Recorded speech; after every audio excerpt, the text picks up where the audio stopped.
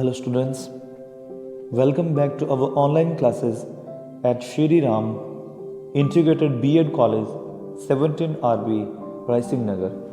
Students बहुत बहुत स्वागत आपका एक बार फिर से। तो स्टूडेंट्स आज हम करने वाले हैं BA B.Ed सेकेंड ईयर के सिलेबस के अंदर एक बहुत ही famous poem by an eminent Victorian poet Alfred Lord Tennyson and the title of the poem is break break break. Students बहुत ही फेमस इनकी एक शॉर्ट लिरिक है, बेसिकली एक एलिजी है।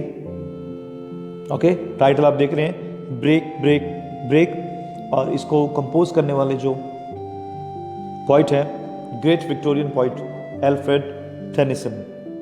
और यहाँ पे फर्स्ट लाइन भी जो पोइम की लिखी हुई है, सेकेंड लाइन सॉरी पोइम की जो on thy cold grey stones of sea, तो ये इसको हम टेक्स्ट में देखेंगे आगे।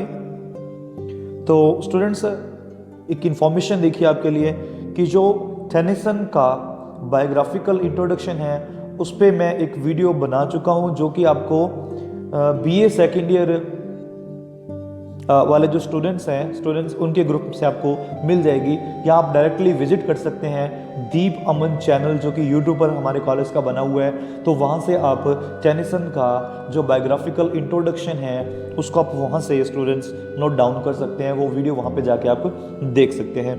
तो आज इसमें स्टूडेंट्स मैं डिस्कस करने वाला हूँ इस पोइम के स्ट्रक्चर पर। इस पोइम का एक शॉर्ट इंट्रोडक्शन हम करेंगे, अबाउट द पोइम आपको बताऊंगा, इस पोइम को हम एनालाइज करेंगे, बाद में हम इस पोइम के टेक्स्ट को लाइन बाय लाइन हम इसको एक्सप्लेन भी करेंगे। ओके, तो स्टूडेंट्स चलिए शुरू करते हैं हम हमारी आज की इस वीडियो को। आज की हमारी पोइम है break break break by Alfred Tennyson. Okay, तो देखिए सबसे पहले अगर मैं इस पोइम के इंट्रो की बात करूं, उससे पहले आपको मैं कुछ अमेजिंग फैक्ट्स बताना चाहता हूँ आपको टेनिसन के बारे में। देखिए ये जो ब्रेक ब्रेक एक शॉर्ट लिरिक है, बेसिकली एक एलिजी है। इसके अंदर आप ये कह सकते हैं कि बहुत ही पर्सनल पोइम है टेनिसन की, क्योंकि टेनिसन ने ये पोइम लिखी थी अपने बहुत ही close friend Henry Arthur Hallam जो थे इनके फ्रेंड, जैसा कि यहाँ पे लिखा हुआ है। ऑर्थर जो हेनरी हॉलम थे ये इनके बहुत ही क्लोज फ्रेंड थे, तो उनकी डेथ पर इन्होंने अपने सॉरो को, अपनी मिसिंगनेस को, अपनी फीलिंग्स को कैसे एक्सप्रेस किया है वो अपने इस पोइम के अंदर क्लियरली स्टूडेंट्स देख सकते हैं। एक और इनकी बहुत ही फेमस एलिजी थी स्टूडेंट्स, जो कि इन्होंने 1850 के अंदर 1850 में लिखी थी, और उस पोइम का नाम था इन मेमोरियम। वो भी इन्होंने किसकी मेमोरी में लिखी थी? टेनिसन ने हेनरी हॉलम की मेमोरी में लिखी थी। और जैसा कि स्टूडेंट्स आप जानते हैं कि टेनिसन एक विक्टोरियन पोइट थे, तो क्वीन विक्टोरिया के वन ऑफ फेवरेट पोइट थे हमारे टेनिसन। तो टेनिसन बहुत ही फेवरेट थे, खुद क्वीन विक्टोरिया के बहुत फेवरेट थे। और क्वीन विक्टोरिया के हस्बैंड की जब डेथ हो जाती है तो वो अपने हस्बैंड की डेथ पर इनकी जो एलिजी थी, जो इन्होंने अपने फ्रेंड की डेथ पर लिखी थी इन मेमोरियम, वो उसको पढ़ा करती थी ताकि वो अपने हस्बैंड को याद कर पाए, उनकी मेमोरीज को वो अपने माइंड में फिर से रिफ्रेश कर पाए। ओके, अब देखिए आपको मैंने जो बायोग्राफिकल इंट्रोडक्शन वाली वीडियो उसमें आपको टेनिसन के बारे में डिटेल से बताया है। मैं फिर से आपको शॉर्ट में बता देता हूँ कि टेनिसन का जो बर्थ है वो 1809 के अंदर होता है, और इनकी डेथ जो हुई थी वो हुई थी स्टूडेंट्स 1892 के अंदर। और ये विलियम वर्ड्सवर्थ की डेथ के जस्ट बाद पोइट लॉरेट बने थे। विलियम वर्ड्सवर्थ की डेथ कब हुई थी? 1850 के अंदर, 1850 में हुई थी, और उसी के बाद में ये पोइट लॉरेट बने। और एज अ पोइट लॉरेट इनका जो टेन्योर है, जो इनका पीरियड था, वो सबसे लेंथी था। सबसे ज्यादा समय तक पोइट लॉरेट रहने वाले पोइट कौन है? एल्फ्रेड टेनिसन है। अब स्टूडेंट्स इनके नाम के बीच में आप देखते हैं कि एल्फ्रेड लॉर्ड लगता है। तो लॉर्ड इसलिए लगता है क्योंकि ये उस समय नोबिलिटी के मेंबर थे। ओके, तो इंट्रोडक्शन देखते हैं। Break break break was written during early 1835 and published in 1842। अब आप यहां पे देख रहे हैं, यहां पे लिखा हुआ है कि ड्यूरिंग अर्ली 1835 कि 1835 के शुरुआती दौर में लिखी गई है। अब आपको मैंने पहले बता दिया कि ये एक एलिजी है, शॉर्ट लिरिक है, जिसको कि उन्होंने अपने फ्रेंड ऑर्थर हेनरी हॉलम की याद में लिखा है। तो आपको स्टूडेंट्स मैं बताऊं कि जो इनके फ्रेंड थे उनकी डेथ होती है 1833 के अंदर। 1833 के अंदर उनके फ्रेंड की डेथ हो जाती है, हेनरी हॉलम की, जो कि खुद इनके फेलो पोइट थे और जिनकी डेथ कहाँ पे होती है, ऑस्ट्रिया में होती है। वो अपने फादर के साथ में ऑस्ट्रिया में जाते हैं वहाँ पे, तो वहाँ पे उनको कोल्ड हो जाता है, ठंड लग जाती है, उनको एगी हो जाता है उनको, और ठंड लगने के बाद में उनको फीवर हो जाता है। और बाद में स्टूडेंट्स बड़ा ही एक सफरिंग सा एक मोमेंट था कि ये सोफा पर बैठे हुए थे और वहीं बैठे बैठे सो गए, और उसके बाद में हेनरी हॉलम दोबारा कभी नहीं उठे। वो हमेशा के लिए छोड़ के चले गए इस वर्ल्ड को और अपने क्लोज फ्रेंड टेनिसन को। तो टेनिसन ने इस पोइम को 1835 के लगभग लिखा और पब्लिश कब होती है ये 1842 के अंदर। The poem is an elegy that describes Tennyson's feeling of loss after his best friend Henry Arthur Hallam, यहाँ पे पढ़ रहा हूँ स्टूडेंट्स में, died and his feelings of isolation while at Lincolnshire। अब स्टूडेंट्स जब ये लिंकनशायर के अंदर थे तो वहाँ पे इन्होंने अपनी फ्रेंड की डेथ पर अपनी फीलिंग्स को किस तरीके से एक्सप्रेस करते हैं, खुद को आइसोलेट महसूस करते हैं, खुद को बड़ा अकेला महसूस कर रहे हैं, और उन्होंने अपनी फीलिंग्स को, अपने दुख को इस पोइम के थ्रू एक्सप्रेस किया है रीडर्स के लिए। और दैट इज़ वाई कि ये पोइम एक एलिजी है, इट इज़ एन एलिजी। और अगर वैसे मैं बात करूँ तो एक शॉर्ट लिरिक है, एक छोटा गीत है। ओके, नेक्स्ट हम बात करते हैं अबाउट द, अगर पॉइंट बात करें तो जैसे कि आप पहले पढ़ भी चुके हैं, the poem was written during early 1835 में इसको पोइम को कंपोज किया गया और 1842 के अंदर इस पोइम को पब्लिश किया गया। और ये बेसिकली एक एलिजी है जो इन्होंने अपने फ्रेंड ऑर्थर हेनरी हॉलम की डेथ के बाद लिखी। इनकी डेथ स्टूडेंट्स कब होती है, 1833 को इनकी डेथ हो जाती है। The speaker is looking at the ऑसिन। अब जो स्पीकर है वो किसको देख रहा है, ऑशियन को देख रहा है। स्पीकर इसके अंदर कौन है, खुद टेनिसन है। वो ऑशियन को देख रहे हैं and wishing he knew how to express his grief, और ऐसा विश कर रहे हैं कि काश उन्हें ऐसा कोई तरीका, ऐसा कोई मीडियम मिल जाए ताकि वो अपने ग्रीफ को, अपने दुख को एक्सप्रेस कर पाए। ओके, अब देखिए ये ऐसा पिक्चर अपने को शो करती है जैसे टेनिसन खुद समुद्र के किनारे पर, सागर के किनारे पर बैठे हुए हैं और वहाँ पे बैठ के अपने फ्रेंड को याद कर रहे हैं। इनके फ्रेंड का नेम ऑर्थर हेनरी हॉलम, बार बार बता रहा हूँ, उनके डेथ पर ही इन्होंने इस पोइम को कंपोज किया। ओके, अब देखिए आपको मैंने पोइम के शुरू में बताया था कि ग्रेट विक्टोरियन पोइट रहे हैं एल्फ्रेड लॉर्ड टेनिसन, और लॉर्ड इनके नाम में इसलिए लगा क्योंकि नोबिलिटी के मेंबर थे और ये पोइट लॉरेट रहे हैं। तो देखिए पोइट लॉरेट स्टूडेंट आपको बताऊं मैं क्या होता है। बेसिकली वैसे तो आप फर्स्ट ईयर में पढ़ चुके हैं कि पोइट लॉरेट ऐसा एक पोइट होता है जिसको गवर्नमेंट अपॉइंट करती है कि स्पेशल ओकेजन्स पर वो क्या करता है, पोइट्री कंपोज करता है, जैसा आप यहाँ पे देख रहे हैं। अच्छा, टेनिसन कब बने पोइट लॉरेट, 1850 के अंदर बने। किसकी डेथ के बाद बने, वर्ड्सवर्थ की डेथ के बाद में, और ये अपनी डेथ तक पोइट लॉरेट बने रहे, 42 ईयर्स तक ये बने रहे। और स्टूडेंट्स आपको मैं बता दूं कि इनकी डेथ होती है 1892 के अंदर, इनकी डेथ हो जाती है 1892 के अंदर। अब 1892 से लेकर 96 तक जो पोइट लॉरेट की आप कहें कि जो उनका जो पोजीशन था ना वो खाली रहा, वो एम्प्टी रहा। मतलब 92 से लेके 96 तक कोई भी पोइट लॉरेट नहीं बना। गवर्नमेंट ऑफ इंग्लैंड ने किसी को भी पोइट लॉरेट अपॉइंट नहीं किया। क्यों नहीं किया? सिर्फ एक ट्रिब्यूट देने के लिए ग्रेट विक्टोरियन पोइट टेनिसन को, कि टेनिसन को वो इतना ज़्यादा मतलब एमिनेंट था वो अपने टाइम के अंदर कि गवर्नमेंट ऑफ इंग्लैंड ने भी उनको ये रिस्पेक्ट दी कि 4 साल तक जो पोइट लॉरेट की जो पोस्ट है वो खाली रही, सिर्फ with due respect to Tennyson को रिस्पेक्ट देने के लिए उस पोस्ट को खाली रखा गया। ओके, तो आपको मैंने बता दिया कि पोइट लॉरेट ये कब बने थे, वर्ड्सवर्थ की डेथ के बाद में, 50 के बाद में, और 92 तक रहे। और जितने भी पोइट लॉरेट्स आज तक हुए हैं उन सभी में से अगर लंबा टाइम पीरियड किसका रहा है, वो टेनिसन का रहा है। कितना रहा है? 42 ईयर्स का। अ पोइट लॉरेट, यहाँ पे देख रहे हो आप, poet laureate is a poet officially appointed by a government, कि गवर्नमेंट को उसको ऑफिशियली अपॉइंट करते हैं। Typically expected to compose poems for special events and occasions, कि कोई भी अगर वहाँ कंट्री के अंदर कोई स्पेशल ओकेजन होता है, स्पेशल इवेंट होती है, तो उस पर वो पोइम को कंपोज करेगा। लाइक अगर वहाँ पे कोई बर्थडे पार्टी हो रही है या किसी का आप क्राउनशिप हो रही है ओके, या किसी की मैरिज है या किसी की डेथ हो जाती है, तो ऐसे जो ओकेशंस होते हैं उनके ऊपर पोएट लॉरेट क्या करता है, पोइट्री को कंपोज करता है। आपको मैं फिर से बता दूं कि क्वीन विक्टोरिया के बहुत ही फेवरेट और बहुत ही करीब थे हमारे अल्फ्रेड लॉर्ड टेनिसन। इनकी खुद की पोइम जो इन मेमोरियम है, क्वीन विक्टोरिया खुद पढ़ा करती थी अपने हस्बैंड को मिस करते हुए। ओके, तो अब स्टूडेंट्स हम चलते हैं हमारी पोइम की ओर। ब्रेक ब्रेक ब्रेक, आपको मैंने पहले भी कहा है, एक्चुअली बताता हूं मैं कि पोइम के अंदर सीन क्या है।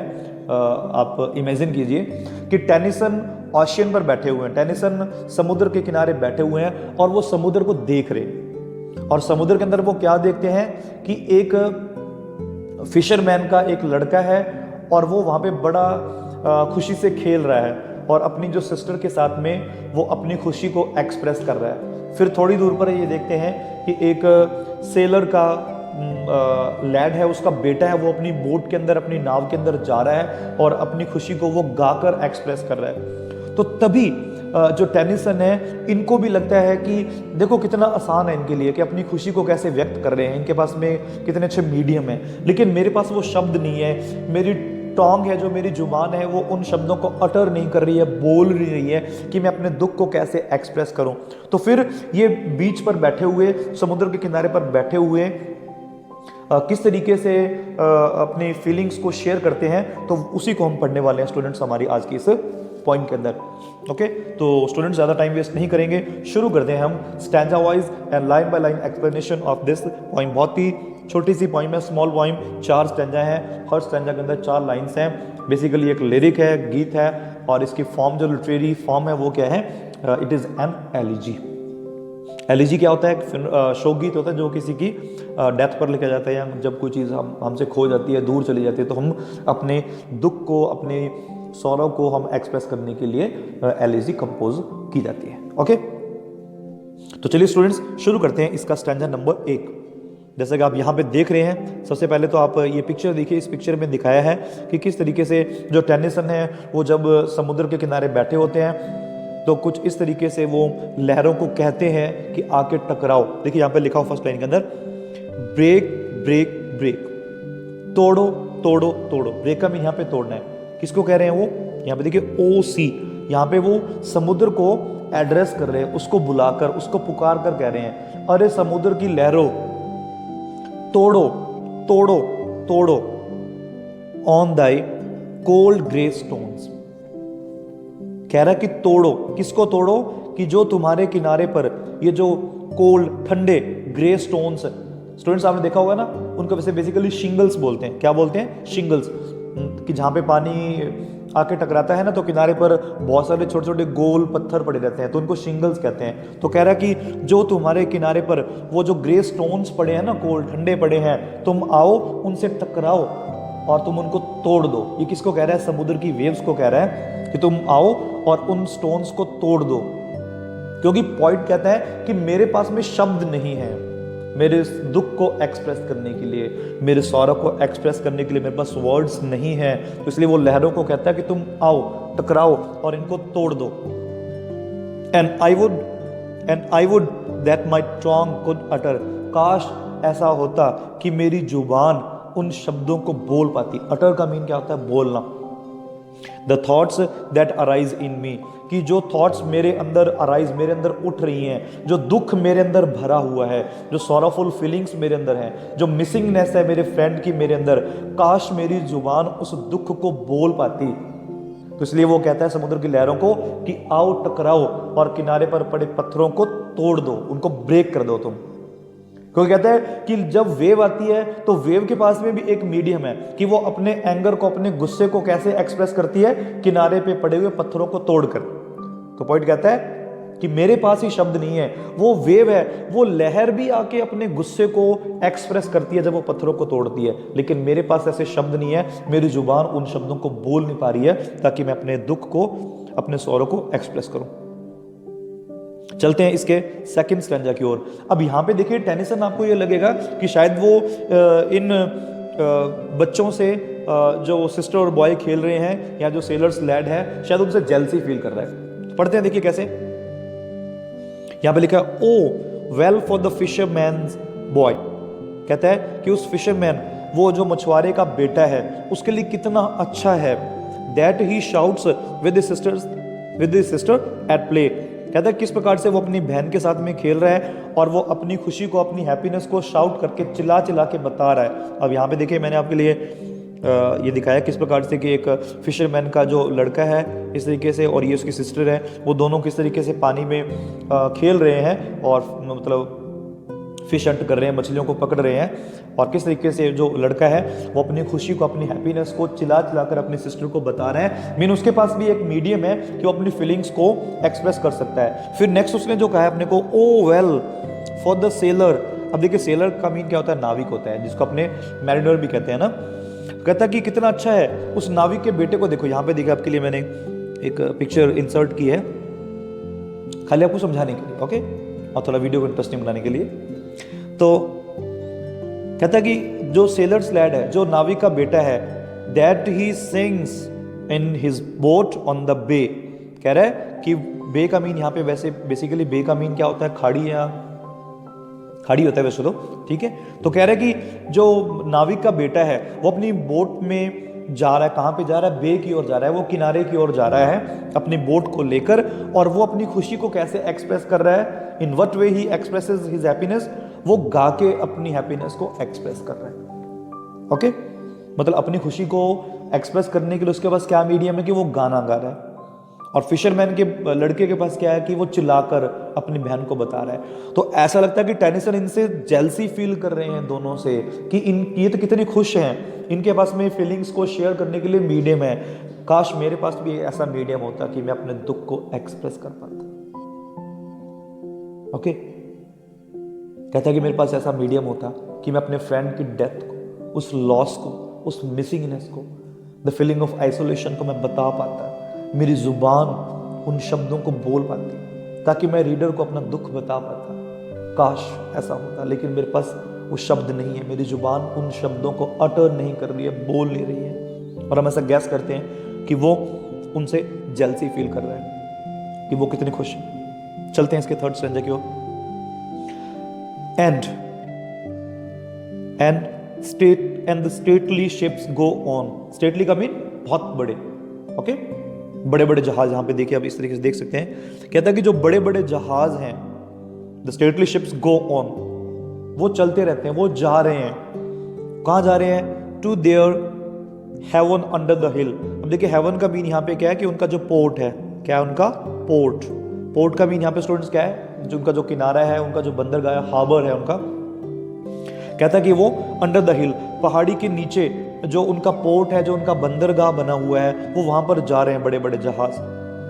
But O for the touch of a vanished hand. अब देखिए वेनिश्ड का मतलब क्या होता है? जो चीज गायब हो जाती है। और वेनिश्ड हैंड किसको बोला गया है?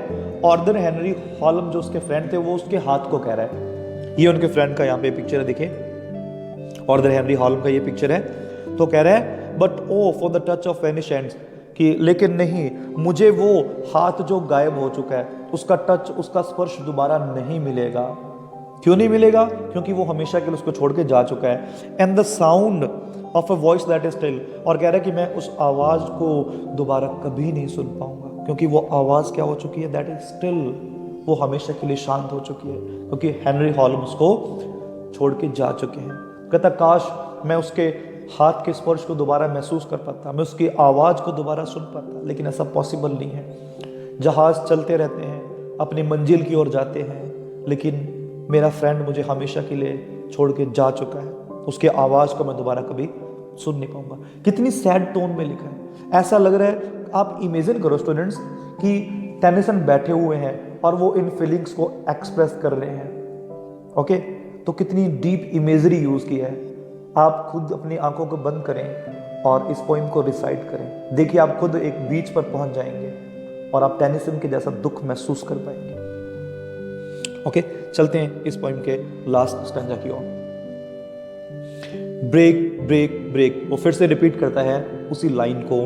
ओके, तो देखिए जब पूरी की पूरी लाइन रिपीट हो जाती है स्टूडेंट्स, तो आपको पता है कि वहां पे कौन सा फिगर ऑफ स्पीच होता है? रिपीटिशन होता है। तो यहाँ पे रिपीटिशन उन्होंने यूज किया है। तो कहता है कि ब्रेक ब्रेक, तोड़ो तोड़ो तोड़ो, at the foot of thy crags O sea, अरे समुद्र, तुम्हारे फुट का मतलब किनारे पर जो क्रैग्स हैं, जो चट्टाने हैं, ओके, तो आओ और उनको तुम तोड़ दो, क्योंकि लहरों के पास में मीडियम है अपने दुख को एक्सप्रेस करने का। कहता तुम आओ किनारे पे टकराओ और उन क्रैक्स को, उन चट्टानों को तोड़ दो।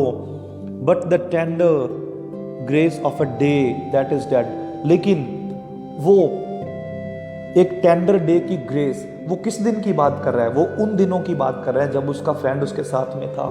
कहता कि वो दिन मेरे लिए कितने अच्छे थे, दैट इज डेड, वो मर चुका है, मेरा फ्रेंड मुझे छोड़ के जा चुका है। Will never come back to me, वो मुझे दोबारा कभी नहीं मिलेगा। इसलिए वो कह रहा है कि शायद तुम मेरे उस दुख को एक्सप्रेस करो टकरा के तुम्हारी चट्टान पर, उन लहरों को कहता है, समुद्र को कहता है, क्योंकि मेरे पास में वो शब्द नहीं है कि मैं अपने दुख को एक्सप्रेस कर पाऊं। तो स्टूडेंट्स, कितना डीप सॉरो इसके अंदर टेनिसन एक्सप्रेस कर रहे हैं और कितने अच्छे इसमें वर्ड्स उन्होंने यूज किया है। इसके अंदर जो स्टूडेंट्स उन्होंने मॉर्फोग्राफी जो उसके अंदर यूज किया है, जो उन्होंने शब्द यूज किया है, इसके अंदर जो डिक्शन यूज किया है, कितना डीप इमेजरी है। सौरों को ऐसे बिल्कुल एक्सप्रेस कर रहे हैं, हमें फील करवा रहे हैं। स्टूडेंट, जब मैं इस पॉइंट को पढ़ा रहा हूँ आपको, तो मैं फील कर पा रहा हूँ कि टेनिसन की स्टेट ऑफ माइंड उस समय क्या होगा जब उन्होंने उस पॉइंट को कंपोज किया, जब वो शाम को इवनिंग के अंदर बैठे होते हैं, ओशियन को देख रहे होते हैं। ओके, तो ये थी स्टूडेंट्स एक बहुत ही short lyric elegy, break break break, Tennyson की जो आपको बिल्कुल समझ आई होगी। अब यहाँ पे एक मैंने आपके लिए एक्स्ट्रा चीज लिखी है, यहाँ पे पोइटिक डिवाइसेस। ओके, अब ये पोइटिक डिवाइसेस कौन कौन सी इन्होंने यूज की हैं इस पोइम के अंदर, कौन सी यूज की हैं, तो स्टूडेंट्स उसको हम देखते हैं। अब यहाँ पे देखिए, सबसे पहले उन्होंने क्या यूज किया है? मेटाफर यूज किया है। मेटाफर कौन सी लाइन में यूज किया है? एंड द स्टेटली शिप्स, जो उन्होंने थर्ड स्टैंजा के अंदर स्टेटली शिप्स वाली लाइन है ना, तो उस लाइन के अंदर उन्होंने क्या किया है? मेटाफर का यूज किया। मेटाफर कौन सा फिगर ऑफ स्पीच होता है जिसको अपने क्या कह देते हैं? रूपक। कि उन्होंने शिप किसको बोला है? The ship is metaphor of life, कि यहाँ पे वो कौन से जहाज की बात कर रहे हैं? वो लाइफ के जहाज की बात कर रहे हैं। कहता है ना कि वो लाइफ का जहाज, मतलब लाइफ चलती रहती है, लाइफ हमेशा चलती रहेगी, लेकिन वो टाइम वापस नहीं आएगा जब उसका फ्रेंड उसके साथ में था। फिर स्टूडेंट्स उसने पर्सोनिफिकेशन यूज किया है, मानवीकरण अलंकार यूज किया है, किसमें? A day that is dead. देखिए, दिन कभी नहीं मर सकता, डे हैज बीन पर्सोनिफाइड। तो अब यहां पे कहता है डे इज डेड, डे नहीं मरा, उसका फ्रेंड मर गया, तो डे को उन्होंने पर्सोनिफाई किया। फिर उन्होंने पैराडॉक्स अलंकार भी यूज किया है। पैराडॉक्स क्या होता है? कॉन्ट्राडिक्शन होता है, विरोधाभास होता है। कहां यूज किया देखते हैं। The touch of a वेनिश्ड hand, the voice that is still. Okay, तो अब देखिए यहां पे उन्होंने क्या कहा है कि the touch of a vanished hand, कि मैं जो हाथ गायब हो चुका उसके स्पर्श को दोबारा नहीं मैं फील कर पाऊंगा। The voice that is still, और जो आवाज़ है वो शांत हो गई है। तो यहाँ पे देखिए उन्होंने क्या किया, हैंड और वॉइस दोनों चीज़ों को आपस में पैराडॉक्सिकली प्रेजेंट किया है। ओके, किस किस को? हैंड को और वॉइस को। हैंड वो कहता गायब हो चुका है और हवा क्या हो चुकी है? शांत हो चुकी है। रिपीटिशन आपको मैंने बता ही दिया, ब्रेक ब्रेक 2 बार यूज किया उसने। एलिट्रेशन भी उसने यूज किया है, stately ship, haven under the hill. Okay, तो यहाँ पे देखिए जब एक ही लेटर से शुरू होके अलग अलग वर्ड्स बनते हैं कॉन्टिन्यूसली, तो वहाँ पे एलिट्रेशन होता है। रिपीटिशन से किस प्रकार डिफरेंट होता है? रिपीटिशन में तो पूरा वर्ड या पूरी लाइन रिपीट होती है, लेकिन एलिट्रेशन में कॉन्सोनेंट साउंड रिपीट होता है। यहाँ पे देख रहे हैं आप, स्टेटली शिप है, हेवन अंडर द हिल, इस तरीके से। ओके, राइम स्कीम यहाँ पे एक स्टैंजा की क्या है? ABCB। ओके, तो स्टूडेंट्स ये थी हमारी आज की पॉइंट, जो कि आपके BA BEd सेकेंड ईयर के सिलेबस के अंदर है, जो कि MGSE यूनिवर्सिटी बीकानेर का सिलेबस है। ओके, तो स्टूडेंट्स आई होप कि आपको ये पॉइंट बहुत अच्छे से समझ आई होगी। स्टूडेंट्स आप इस पॉइंट को, इस वीडियो को 1-2 बार देखें और इंपॉर्टेंट जो चीज़ें हैं उसके नोट्स भी बनाएं स्टूडेंट्स आप। और मेरी फेवरेट पॉइंट है, बिल्कुल पढ़ने के बाद आपकी भी फेवरेट बन चुकी है और आप उस सौरों को फील कर रहे हैं इस समय स्टूडेंट्स। मैं ऐसा एज्यूम करता है, ऐसा मानता हूँ, क्योंकि आपने देखा कि किस डीप इमेजरी से उन्होंने अपने सौरों को एक्सप्रेस किया है। Okay students, so that's all for today. Thank you for watching. मिलते हैं एक नई पॉइंट के साथ, एक नए पॉइंट के साथ। Okay students, thanks for watching, have a great time.